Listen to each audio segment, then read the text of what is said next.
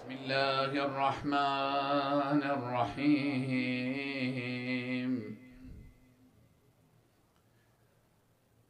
اللهم صل على محمد وآله وحصن ثغور المسلمين بعزتك وأيد حماتها بقوتك وأسبغ عطاياهم من جدتك. اللهم صل على محمد وآله وكثر عدتهم واشحاذ أسلحتهم واحرس حوزتهم وامنع حومتهم وألف جمعهم ودبر أمرهم وواتر بين ميرهم وتوحد بكفاية مؤنهم واعضدهم بالنصر واعنهم بالصبر والطف لهم في المكر. اللهم صل على محمد وآله وعرفهم ما يجهلون وعلمهم ما لا يعلمون وبصرهم ما لا يبصرون.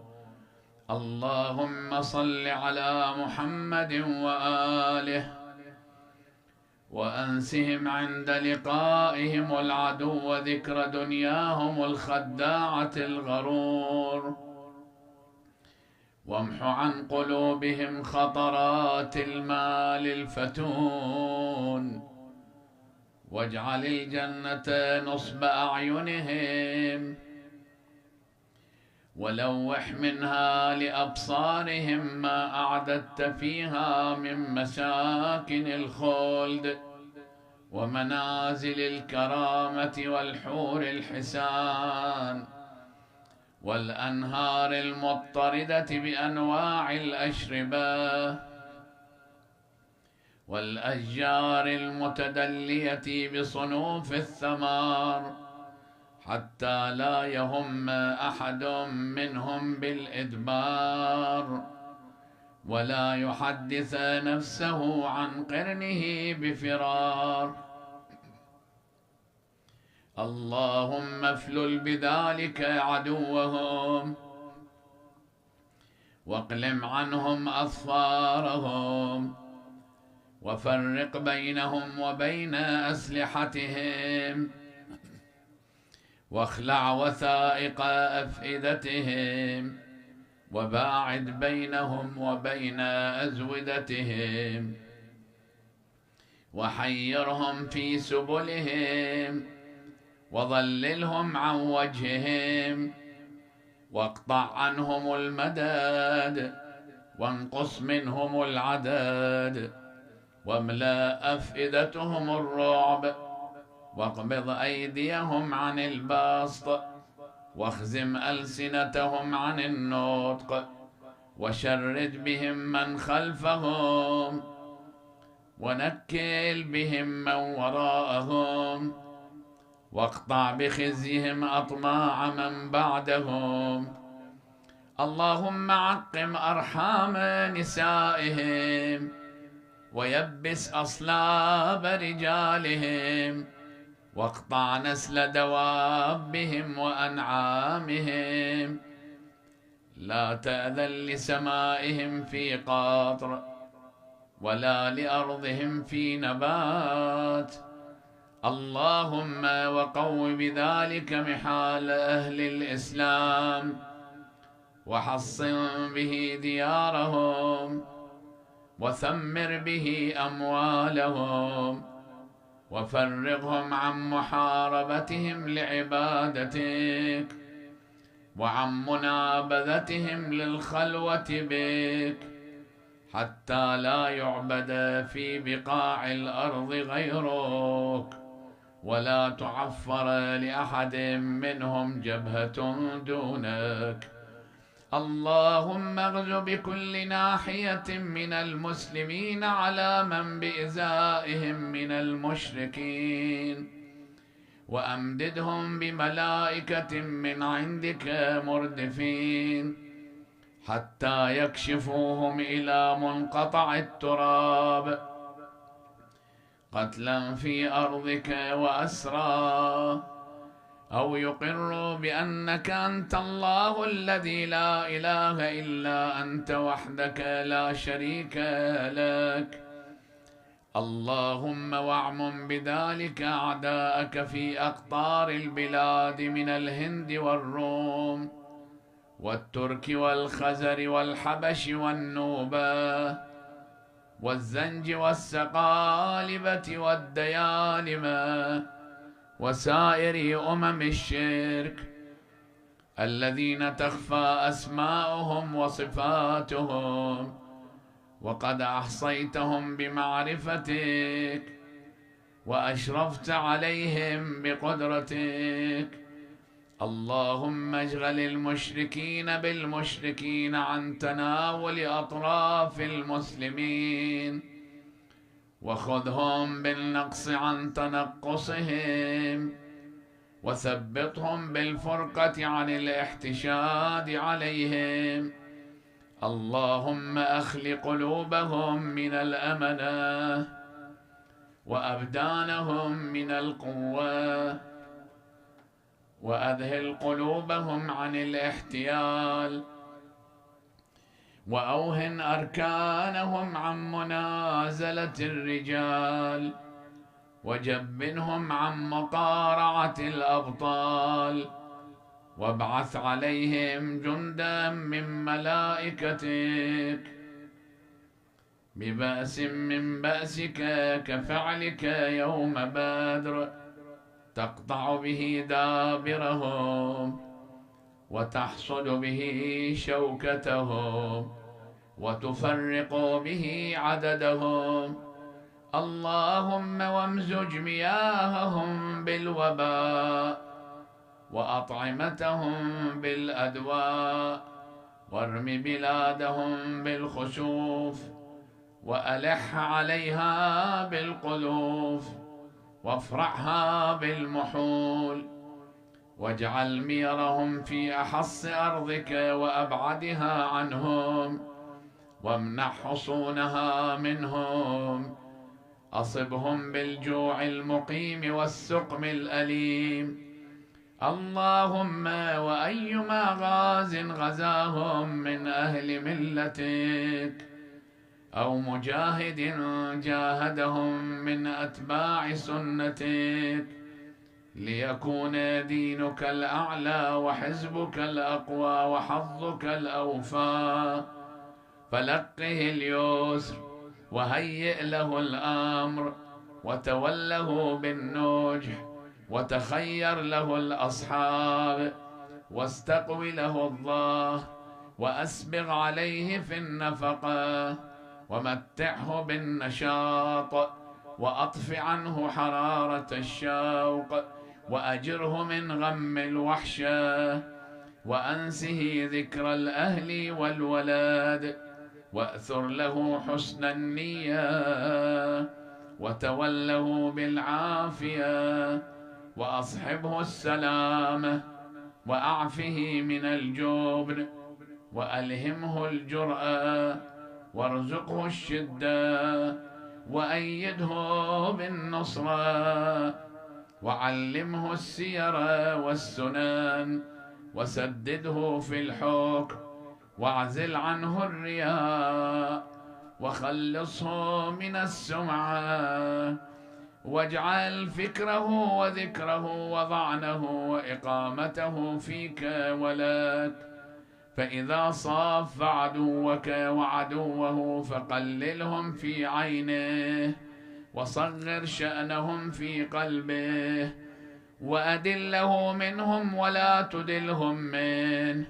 فإن ختمت له بالسعادة وقضيت له بالشهادة فبعد أن يجتاح عدوك بالقتل وبعد أن يجهد بهم الأسر وبعد أن تأمن أطراف المسلمين وبعد أن يولي عدوك مدبرين. اللهم وأيما مسلم خلف غازيا أو مرابطا في داره أو تعهد خالفيه في غيبته أو أعانه بطائفة من ماله أو أمده بعتاد أو شحذه على جهاد أو أتبعه في وجهه دعوة أو رعى له من ورائه حرمة فآجر له مثل أجره وزنا بوزن ومثلا بمثل، وعوضه من فعله عوضا حاضرا يتعجل به نفع ما قدم وسرور ما أتى به إلى أن ينتهي به الوقت إلى ما أجريت له من فضلك وأعددت له من كرامتك. اللهم وأيما مسلم أهمه أمر الإسلام وأحزنه تحزب أهل الشرك عليهم فنوى غزوا أو هم بجهاد فقعد به ضعف أو أبطأت به فاقة أو أخره عنه حادث أو عرض له دون إرادته مانع فاكتب اسمه في العابدين وأوجب له ثواب المجاهدين واجعله في نظام الشهداء والصالحين. اللهم صل على محمد عبدك ورسولك وآل محمد صلاة عالية على الصلوات مشرفة فوق التحيات، صلاة لا ينتهي أمدها ولا ينقطع عددها كأتم ما مضى من صلواتك على أحد من أوليائك، إنك المنان الحميد المبدئ المعيد الفعال لما تريد. بسم الله الرحمن الرحيم. اللهم إني أسألك باسمك العظيم الأعظم الأعز الأجل الأكرم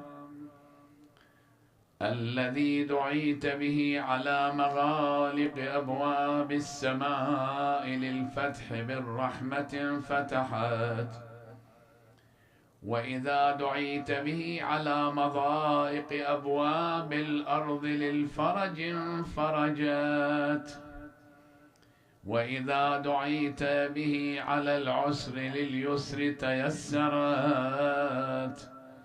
وإذا دعيت به على الأموات للنشور انتشرت، وإذا دعيت به على كشف البأساء والضراء انكشفت، وبجلال وجهك الكريم أكرم الوجوه وأعز الوجوه الذي عنت له الوجوه وخضعت له الرقاب وخشعت له الأصوات ووجلت له القلوب من مخافتك، وبقوتك التي بها تمسك السماء أن تقع على الأرض إلا بإذنك، وتمسك السماوات والأرض أن تزولا،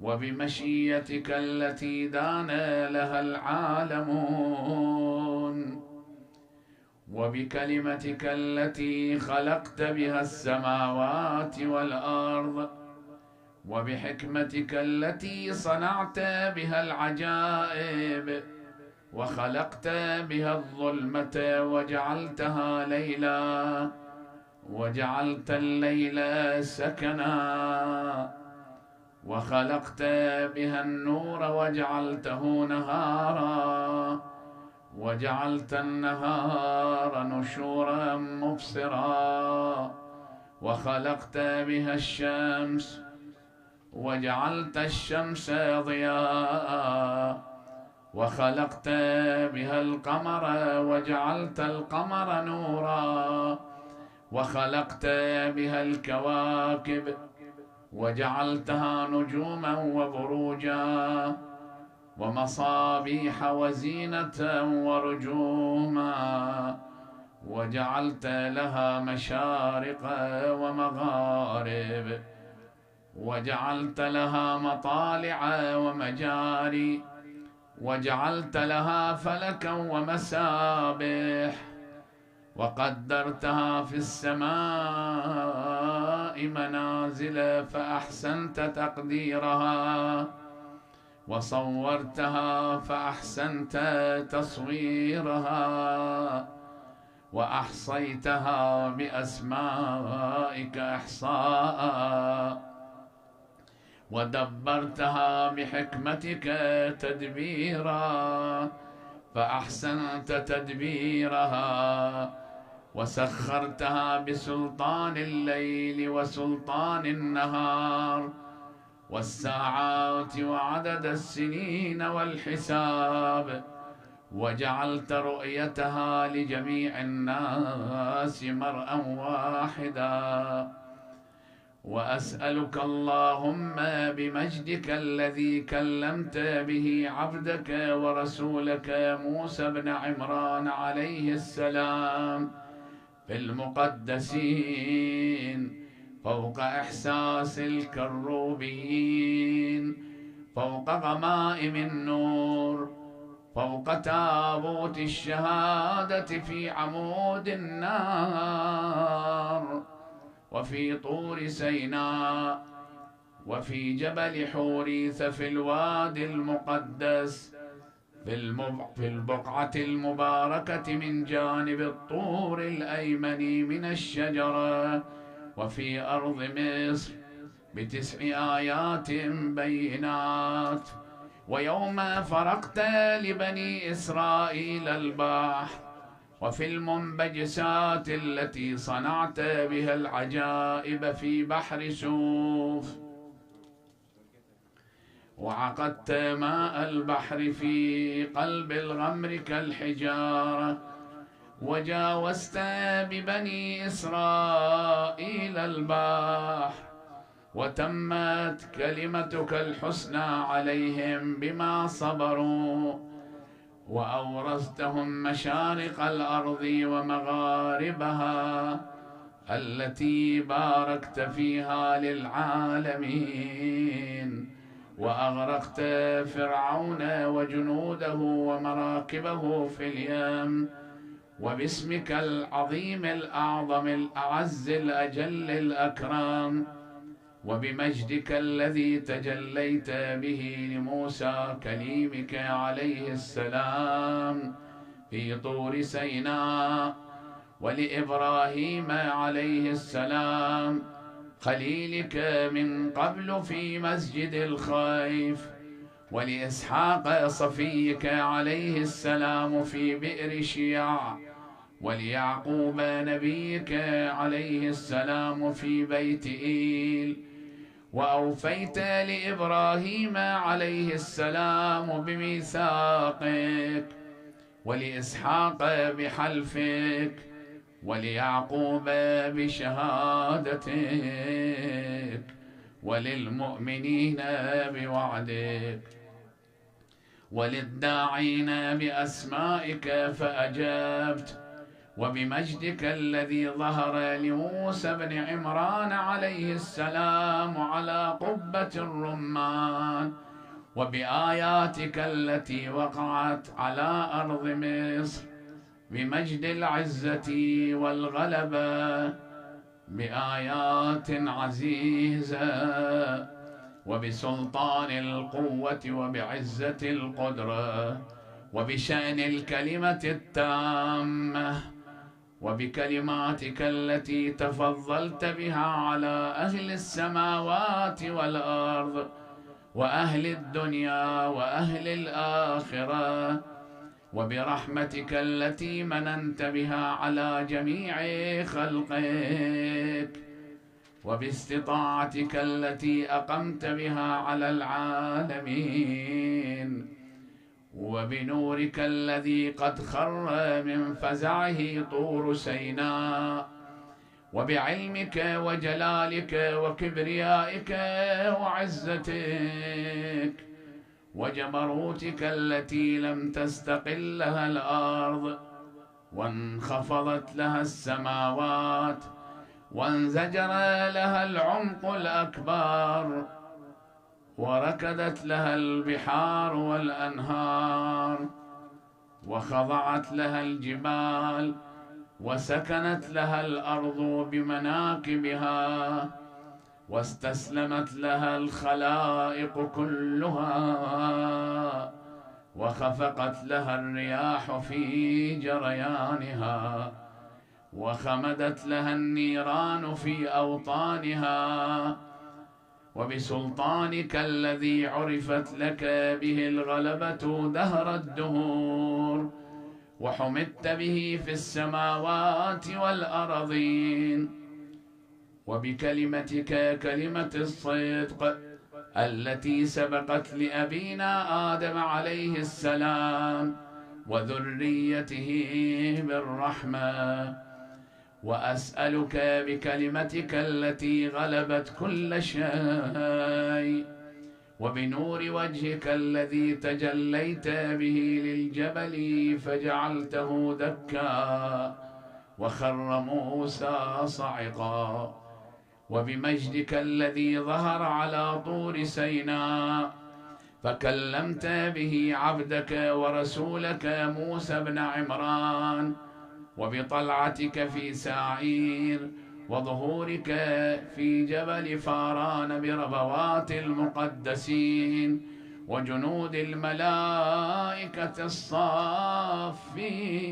الصافين وخشوع الملائكة المسبحين، وببركاتك التي باركت فيها على إبراهيم خليلك عليه السلام في أمة محمد صلى الله عليه وآله، وباركت لإسحاق صفيك في أمة عيسى عليهما السلام، وباركت ليعقوب إسرائيلك في أمة موسى عليهما السلام، وباركت لحبيبك محمد صلى الله عليه وآله في عترته وذريته وأمته.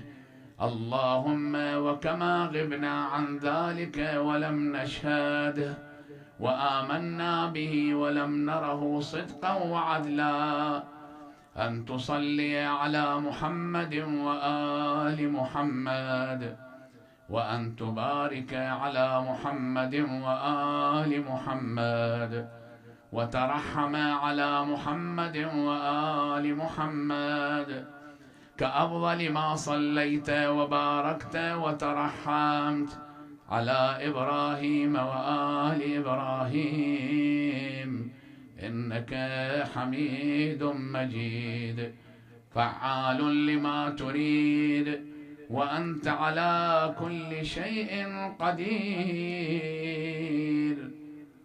اللهم اقض حوائجنا للدنيا والآخرة، اللهم بحق هذا الدعاء وبحق هذه الأسماء التي لا يعلم تفسيرها ولا يعلم باطنها غيرك، صل على محمد وآل محمد وافعل بما أنت أهله ولا تفعل بما أنا أهله، واغفر لي من ذنوبي ما تقدم منها وما تأخر، ووسع علي من حلال رزقك، واكفني مؤونة إنسان سوء وجار سوء وقرين سوء وسلطاني ساو، إنك على ما تشاء قدير وبكل شيء عليم. آمين رب العالمين.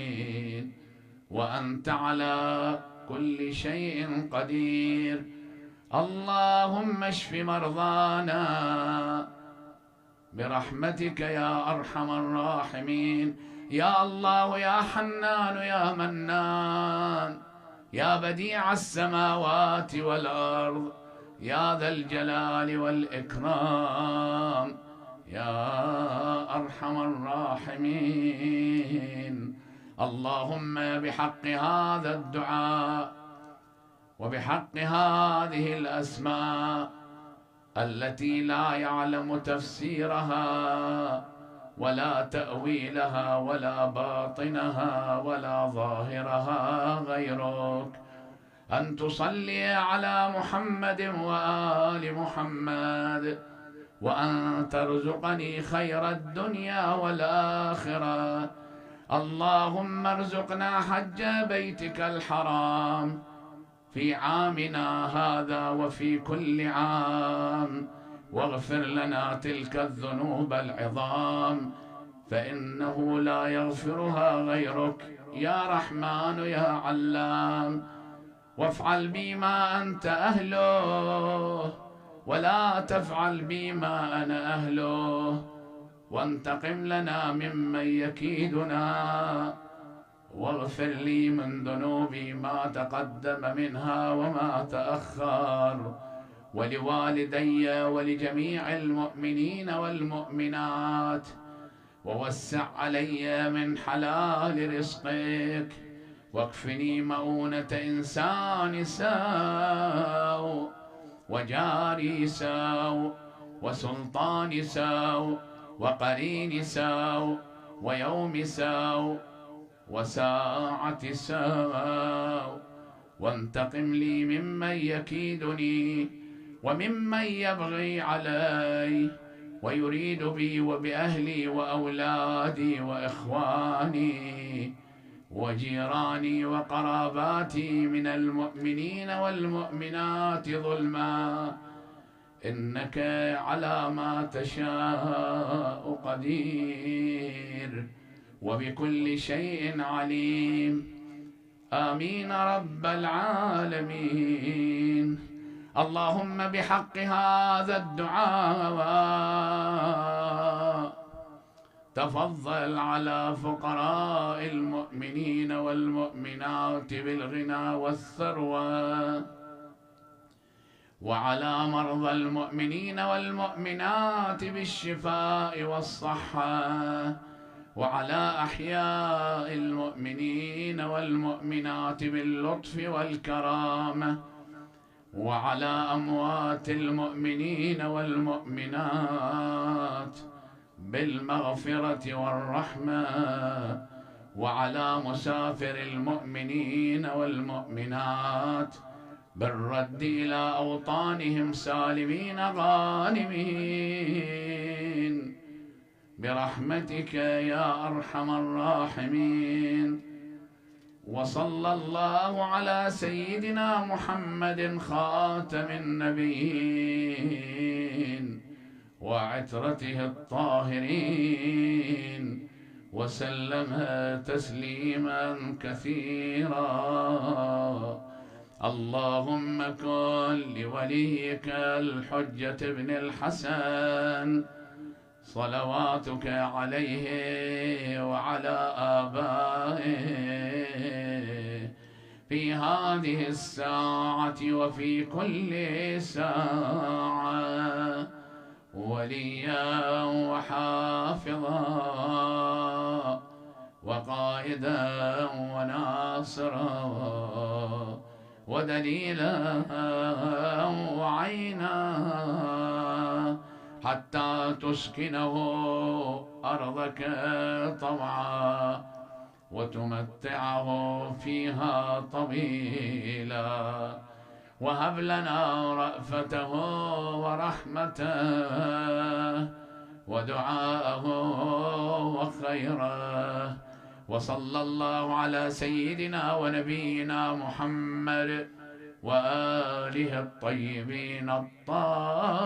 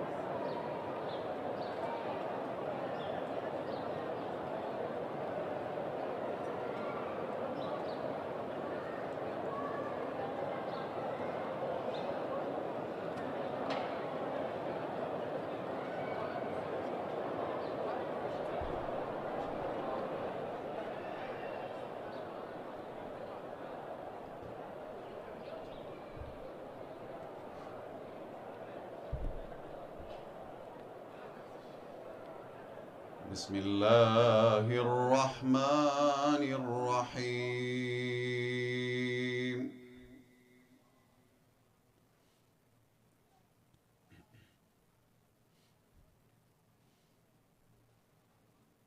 يا أيها المزمل قم الليل إلا قليلا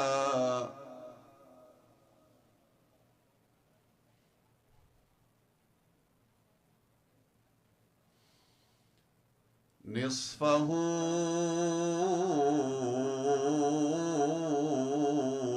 أو انقص منه قليلا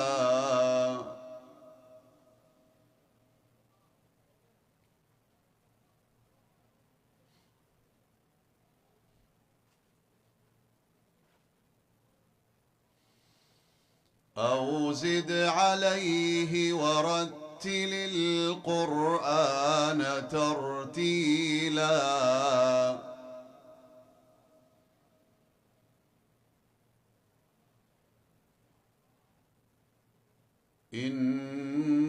إنا سنلقي عليك قولا ثقيلا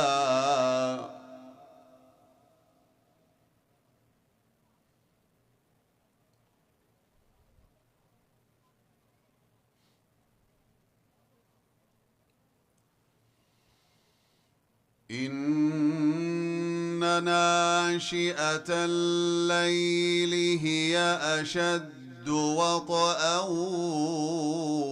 وأقوم قيلا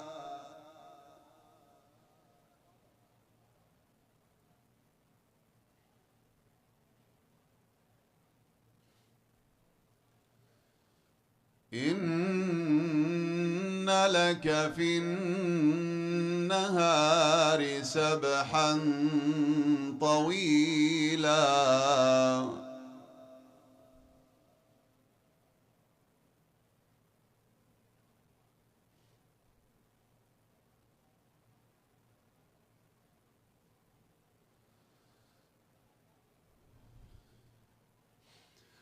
إن ناشئة الليل هي أشد وطئا وأقوم قيلا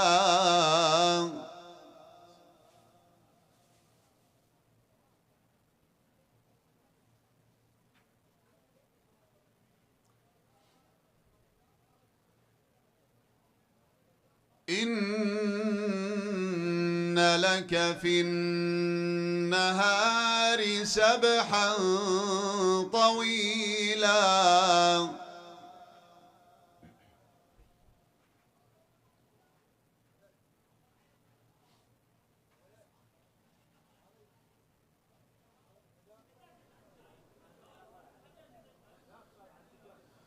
واذكر اسم ربك وتبتل إليه تبتيلا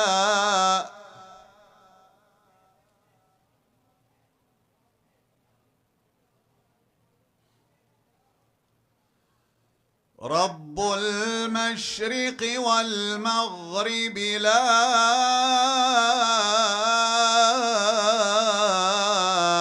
إله إلا هو فاتخذه وكيلا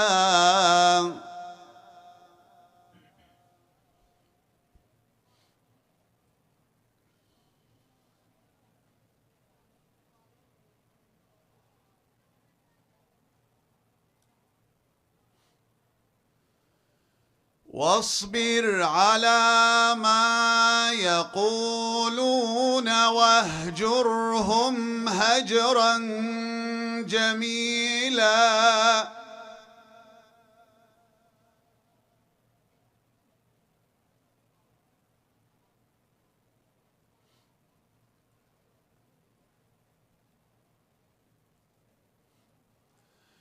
وذرني والمكذبين أولي النعمة ومهلهم قليلا.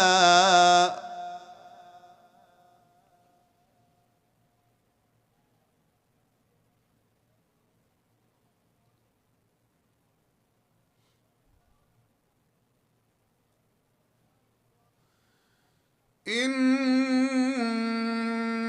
لدينا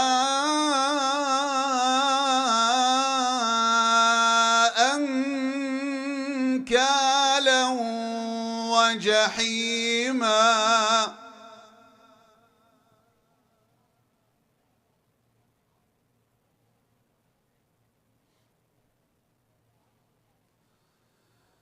وطعاما ذا غصة وعذابا أليما.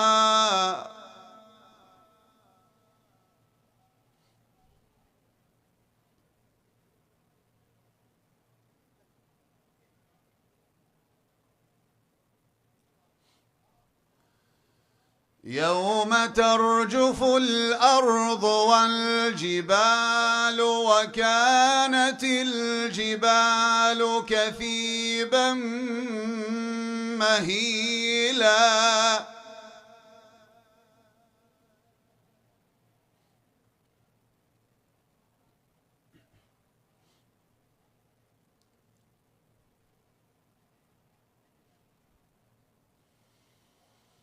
إنا أرسلنا إليكم رسولا شاهدا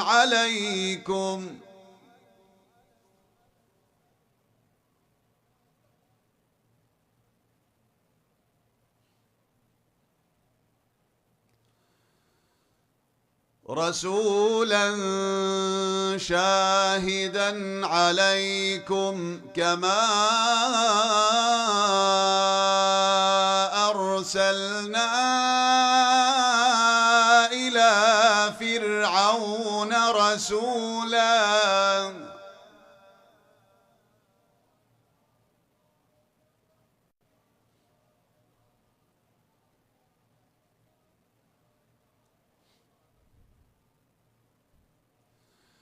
فعصى فرعون الرسول فأخذناه أخذا وبيلا.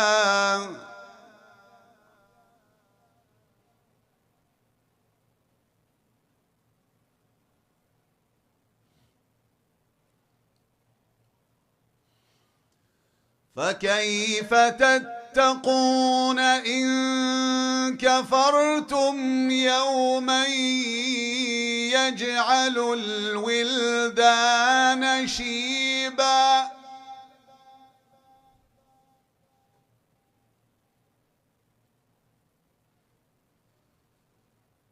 السماء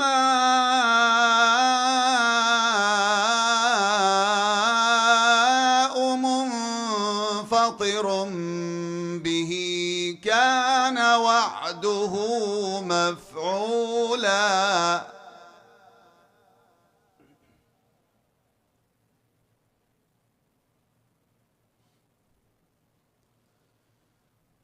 إن هذه تذكرة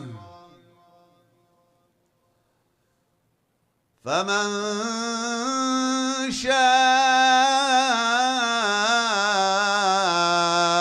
اتخذ إلى ربه سبيلا.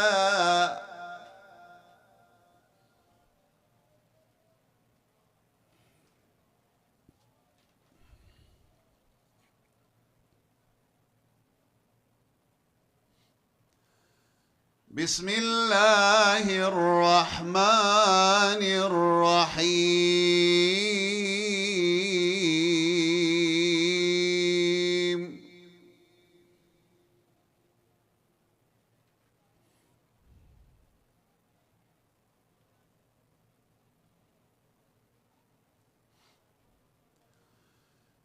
والتين والزيتون وطور سينين وهذا البلد الأمين.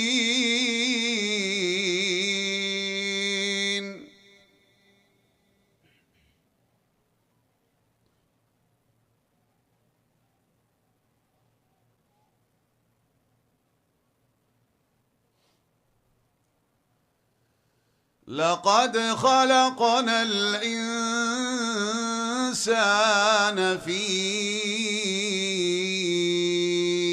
أحسن تقويم.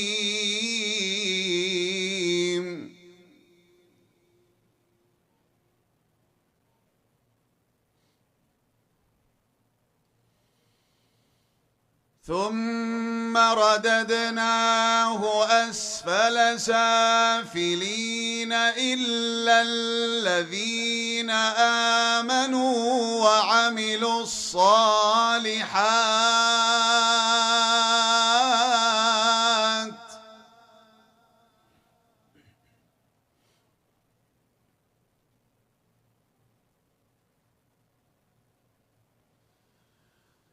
إلا الذين آمنوا وعملوا الصالحات فلهم أجر غير ممنون.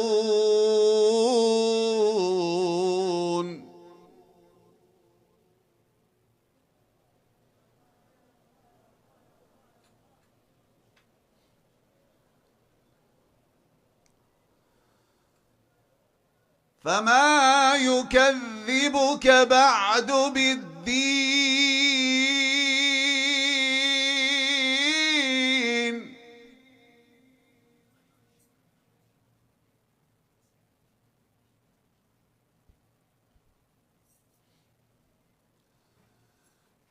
فما يكذبك بعد بالدين أليس الله بأحكم الحاكمين.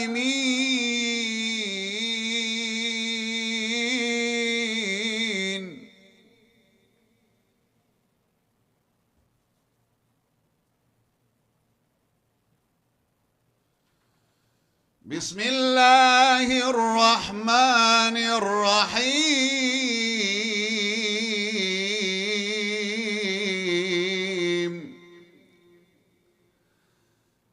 إذا جاء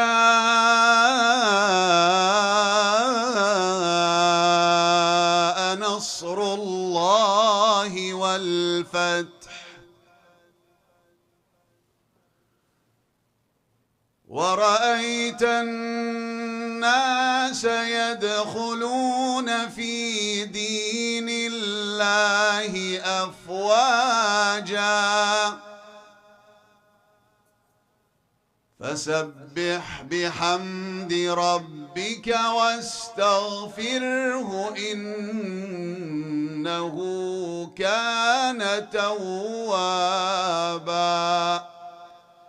صدق الله العلي العظيم. بسم الله الرحمن الرحيم. الحمد لله رب العالمين، والصلاة والسلام على محمد وآل محمد.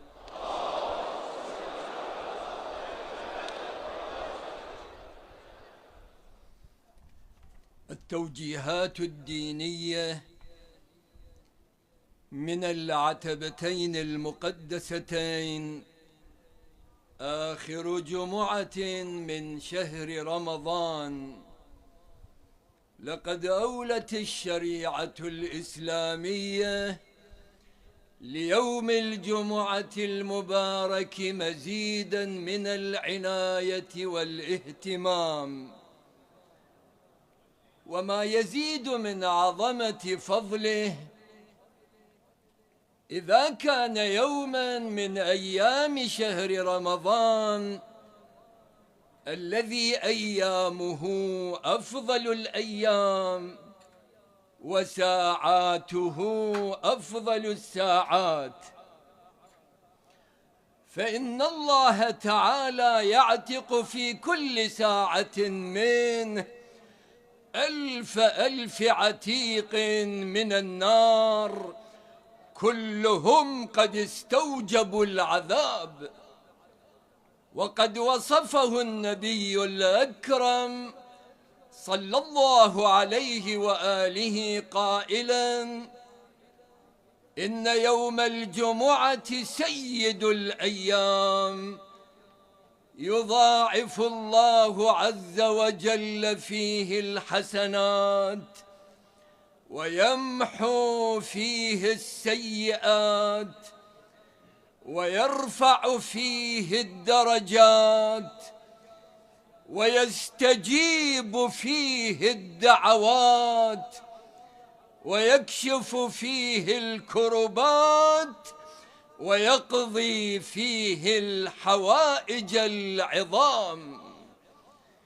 وهو يوم المزيد، لله فيه عتقاء وطلقاء من النار، ما دعا فيه أحد من الناس وعرف حقه وحرمته إلا كان حقا على الله عز وجل أن يجعله من عتقائه وطلقائه من النار. وعن جابر بن عبد الله الأنصاري قال: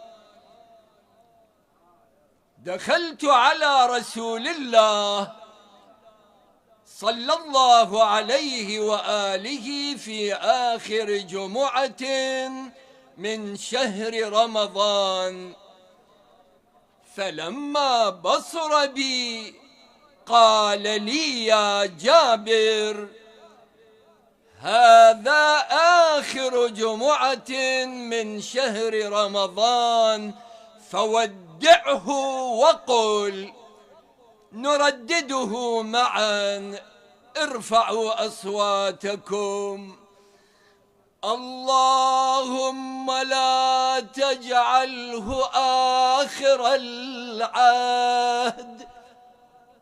أسمع منك، ارفع صوتك: اللهم لا تجعله آخر العهد.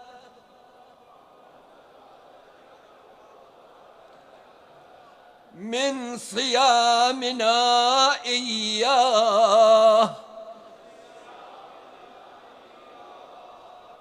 فإن جعلته فاجعلني مرحوما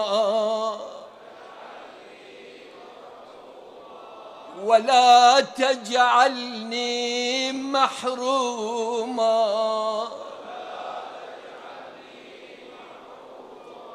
اللهم لا تجعله آخر العهد. من صيامنا إياه،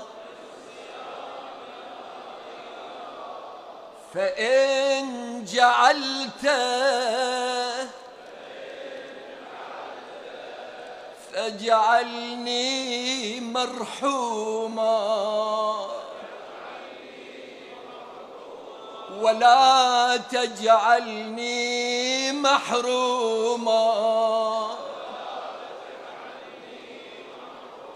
فإنه من قال ذلك ظفر بإحدى الحسنيين: إما ببلوغ شهر رمضان، وإما بغفران الله ورحمته.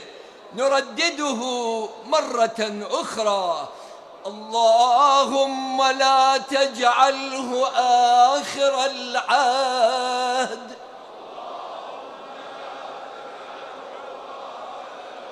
من صيامنا إياه، فإن جعلته تجعلني مرحوما ولا تجعلني محروما.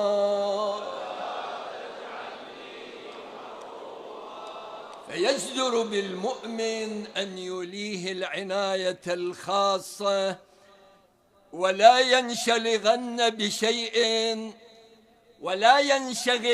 بشيء غير التقرب لله تعالى بعبادته. فما طلعت شمس بيوم أفضل من يوم الجمعة، ومن أهم أعماله المباركة هو الدعاء بتعجيل الفرج. ارفعوا الأيدي على الرؤوس ورددوا الدعاء معا، فهذا وقت الدعاء ومن الله الإجابة. بسم الله الرحمن الرحيم. اللهم كن لوليك الحجة ابن الحسن صلواتك عليه وعلى آبائه في هذه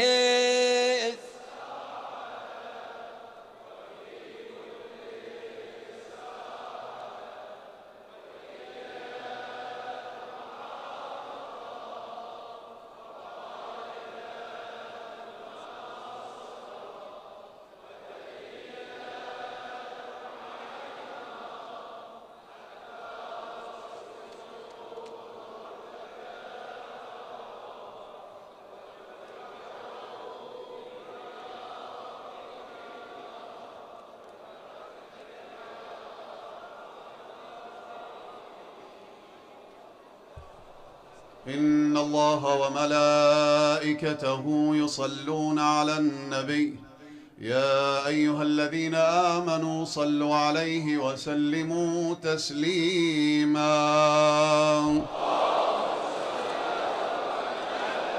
سبحان الله والحمد لله ولا إله إلا الله والله أكبر ولله الحمد.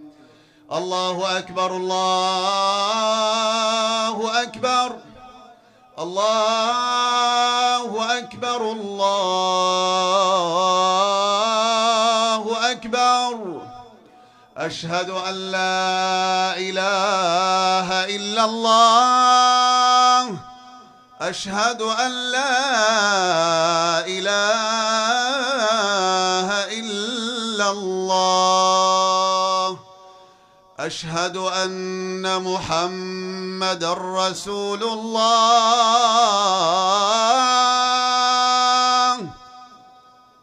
أشهد أن محمدًا رسول الله صلى الله عليه وآله وسلم. أشهد أن عليا ولي الله أشهد أن أمير المؤمنين عليا وأبناءه المعصومين حجج الله صلوات ربي وسلامه عليهم أجمعين. حي على الصلاة حي على الصلاة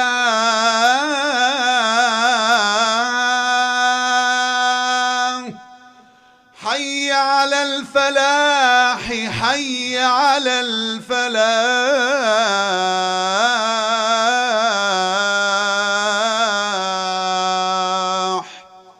حي على خير العمل حي على خير العمل. الله أكبر الله